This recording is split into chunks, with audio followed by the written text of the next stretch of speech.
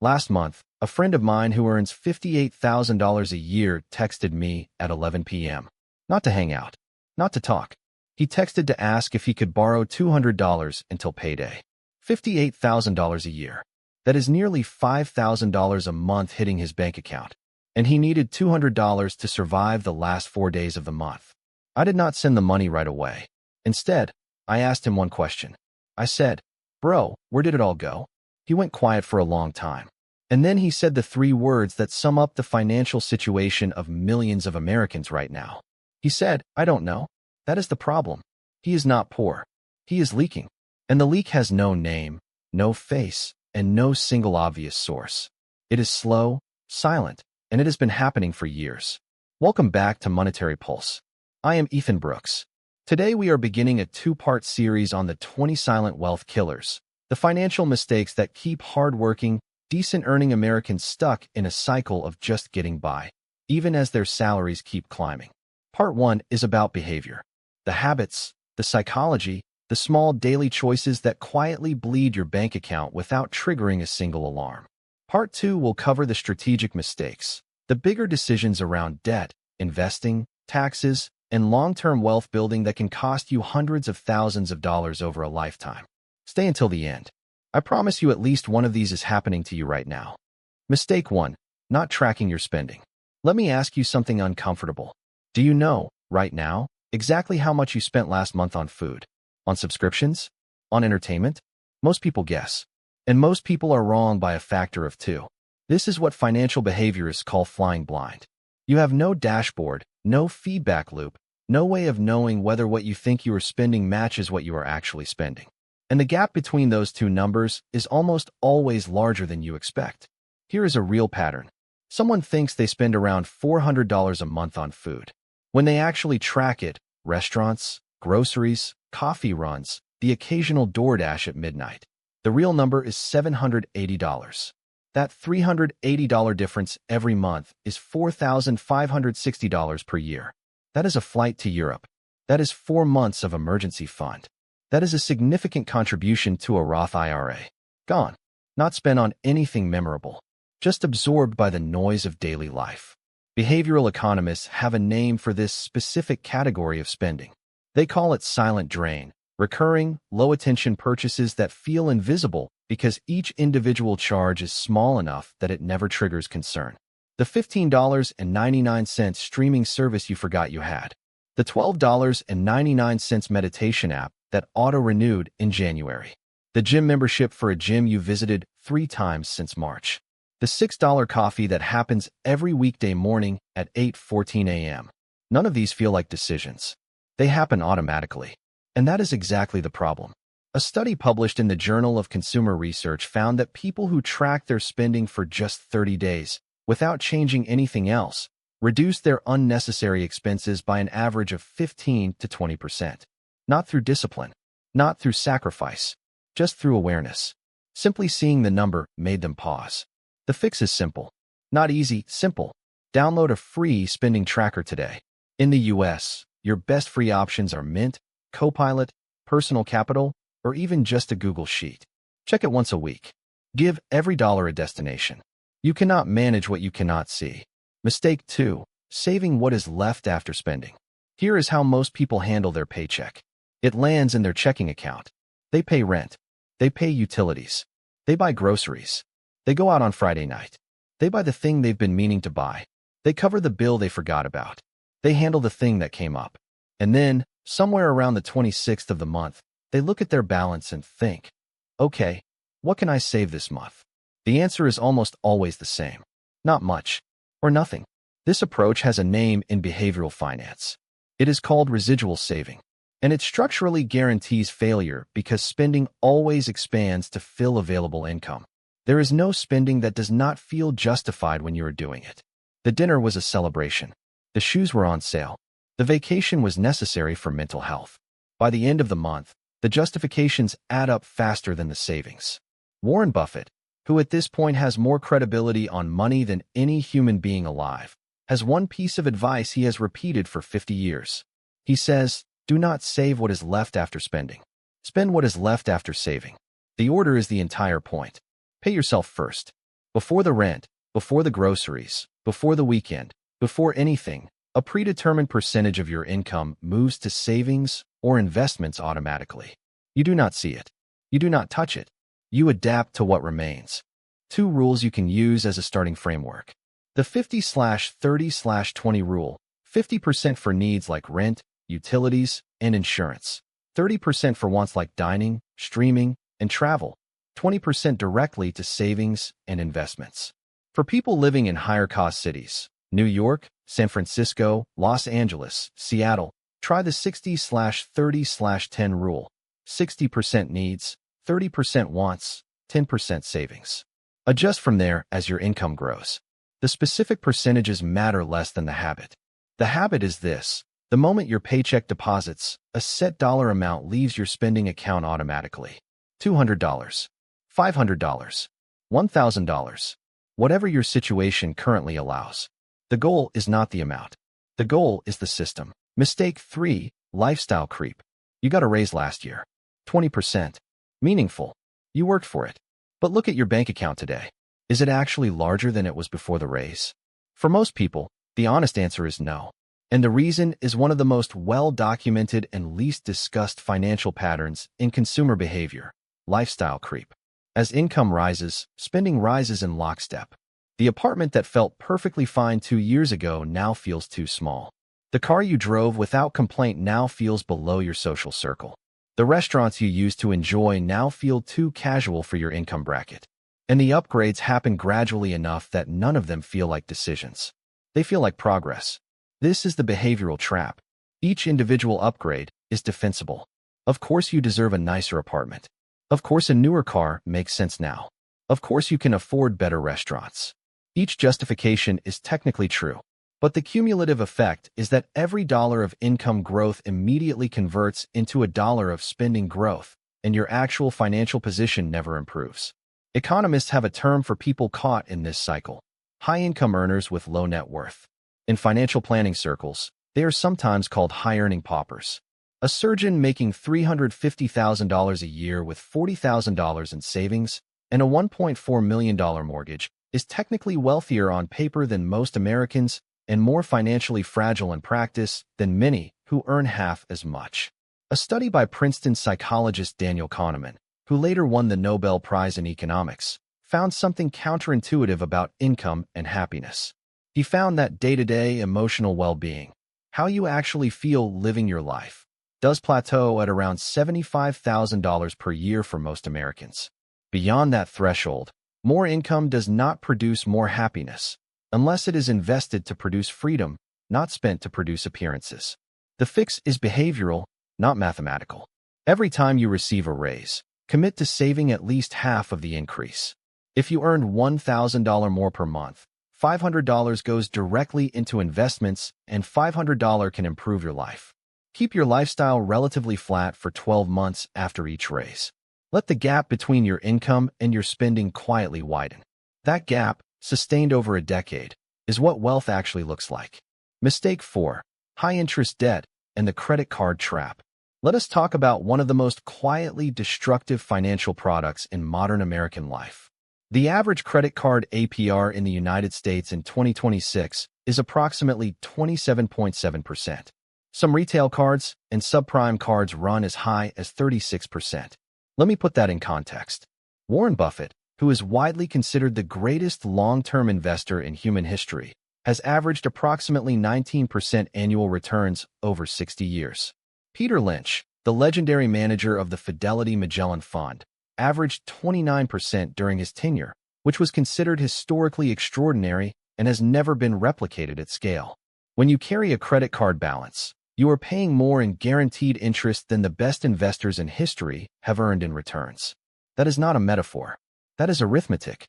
You are losing a mathematically certain race in the wrong direction. Here's what it looks like in real numbers. Say you carry $4,000 on a credit card at 27% APR, and you pay only the minimum due each month. In 3 years, you will owe more than $10,000 even without making a single new purchase. The original debt has more than doubled through interest alone. And the minimum payment trap means you can carry a balance for over a decade without making meaningful progress on the principal. According to the Federal Reserve's most recent consumer credit data, the average American household carrying credit card debt carries approximately $6,380 in revolving balances. At average interest rates, that household is paying roughly $1,700 per year just in interest, not reducing debt, not buying anything new, just paying for the privilege of having borrowed money. The fix is not complicated. If you cannot pay your credit card balance in full every month, stop using the card. There is no rewards program on the planet that justifies paying 27% interest. The miles and cashback programs are marketing tools designed to make you forget you are paying more to borrow than any profitable investment has ever earned. Pay your full balance every month, without exception, or do not carry a balance at all. Mistake 5. Buy now, pay later. The new debt trap. Buy now, pay later has become one of the fastest-growing consumer credit products in American financial history. Affirm, Klarna, Afterpay, Zip, PayPal Pay Later.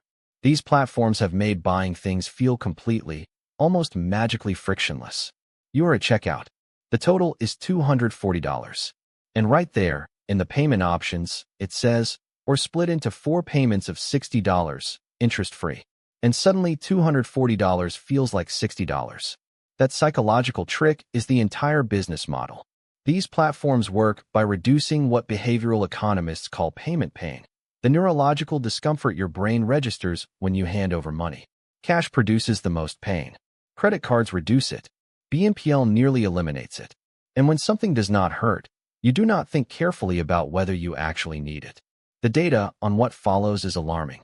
Research from TransUnion and the Consumer Financial Protection Bureau found that consumers using BNPL services carry balances across an average of 3.7 active loans simultaneously.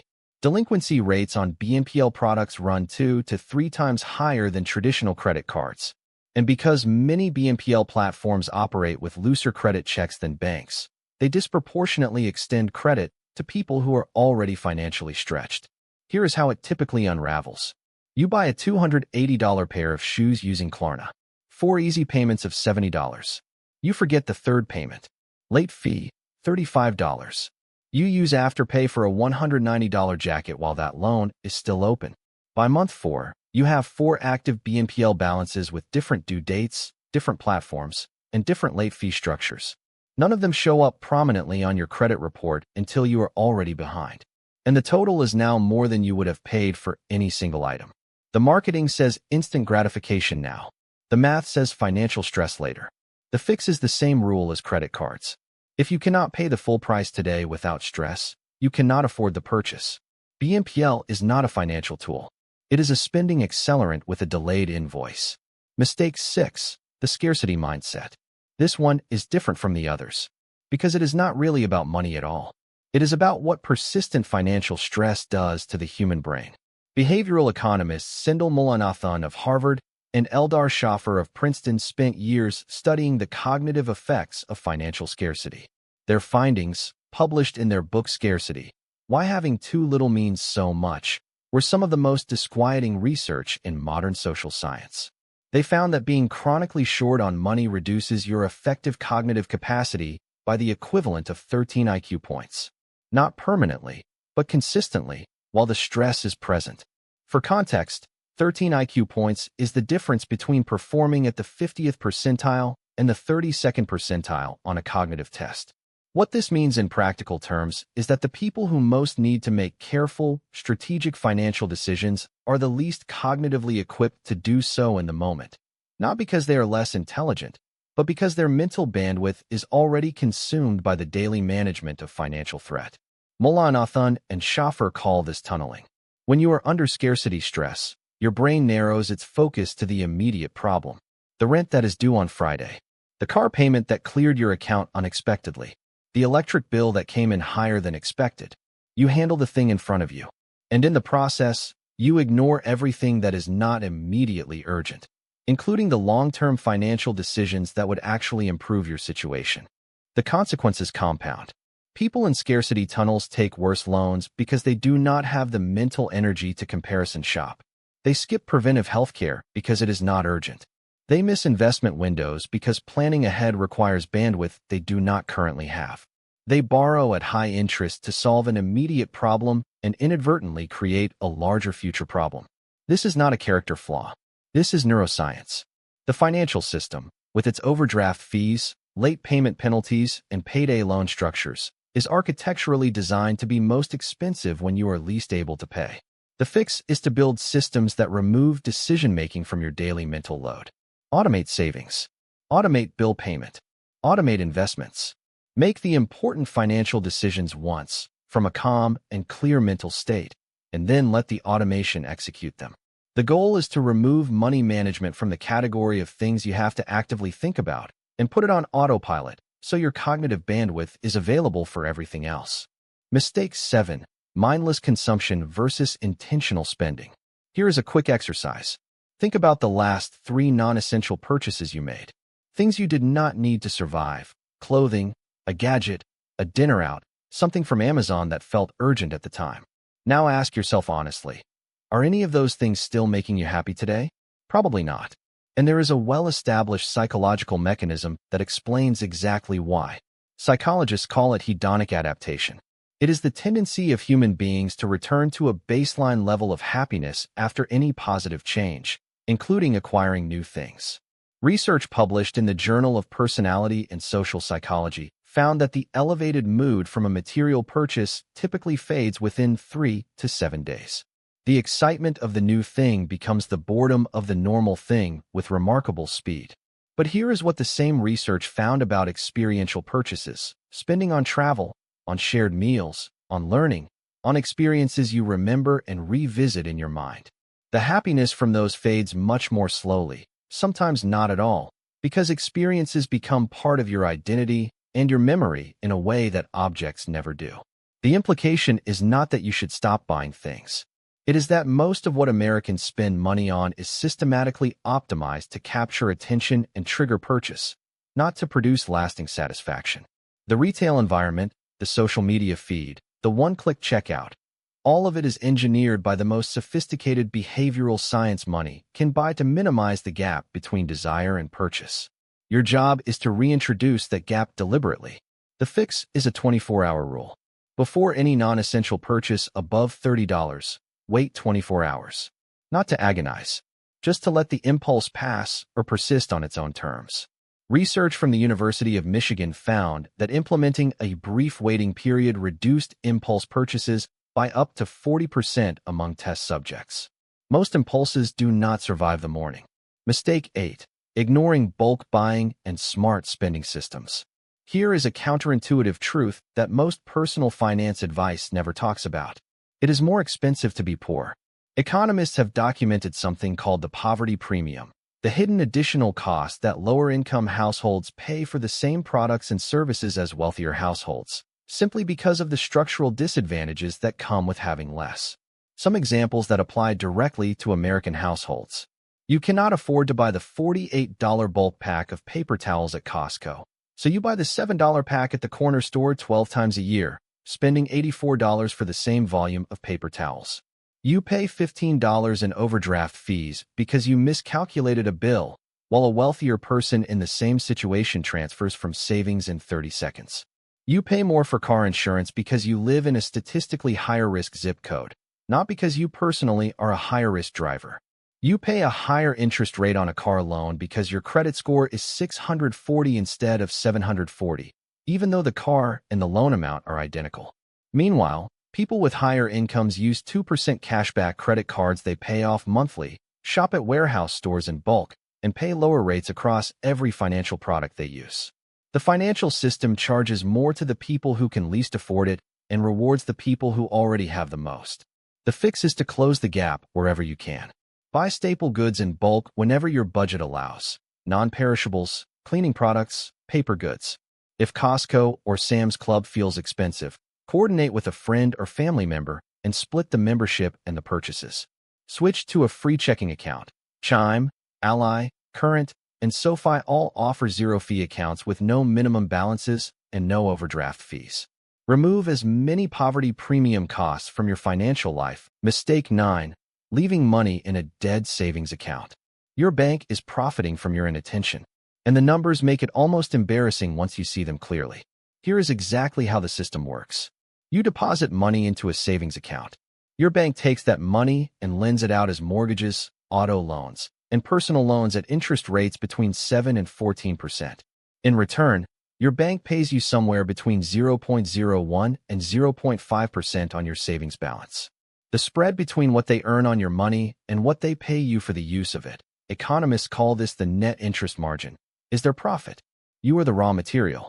The spread is the product. According to the FDIC, the national average savings account interest rate as of early 2026 is approximately 0.47%. Inflation over the same period has been running between 3 and 5%. What this means is that every dollar sitting in a traditional savings account is losing real value every single month.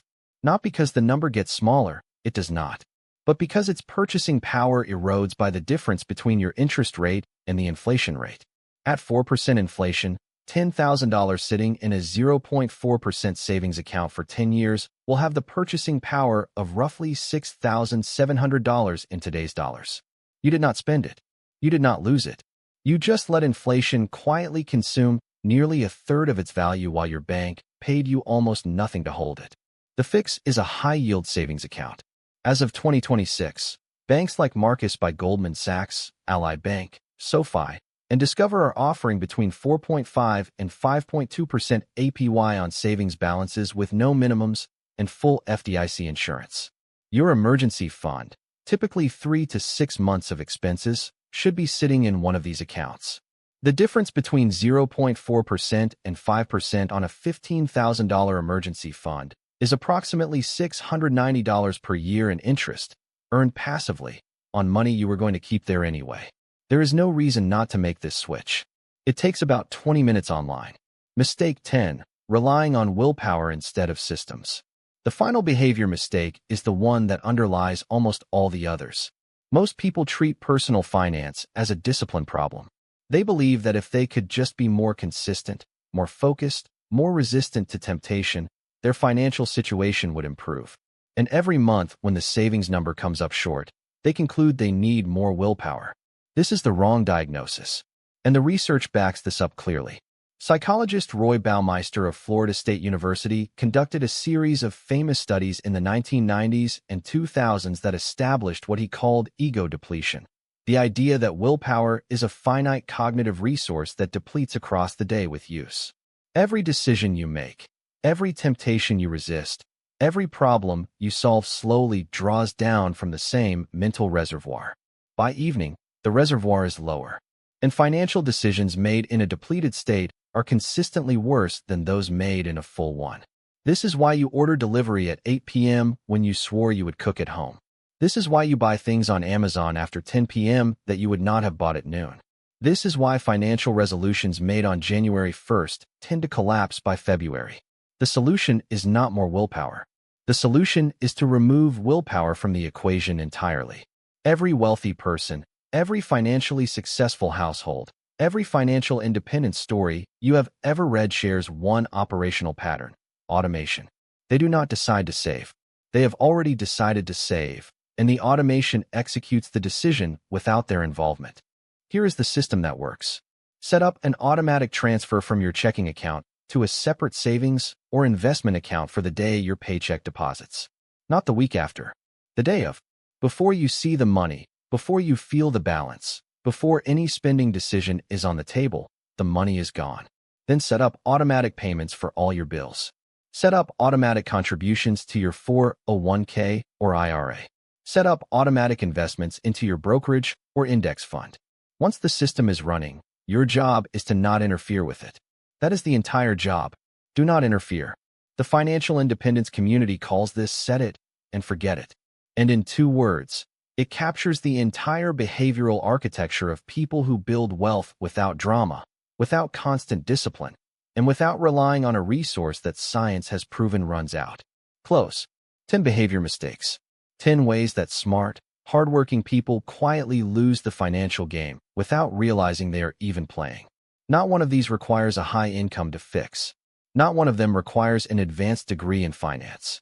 Every single one of them is a small system change, a shifted habit, a reoriented default. Asking for $200? I did eventually send him the money, but I also sent him a spending tracker link, the name of a high-yield savings account, and a direct question: what does your automatic savings setup look like? His answer was that he did not have one. That is the job for this week. In part 2, we are going to zoom out and cover the strategic mistakes, the bigger decisions around debt payoff, investing, taxes, real estate, and the compounding errors that can quietly cost you hundreds of thousands of dollars over a lifetime. If this video was useful, share it with the friend who needs it. You know exactly who that is. I am Ethan Brooks. This is Monetary Pulse, and I will see you in part 2.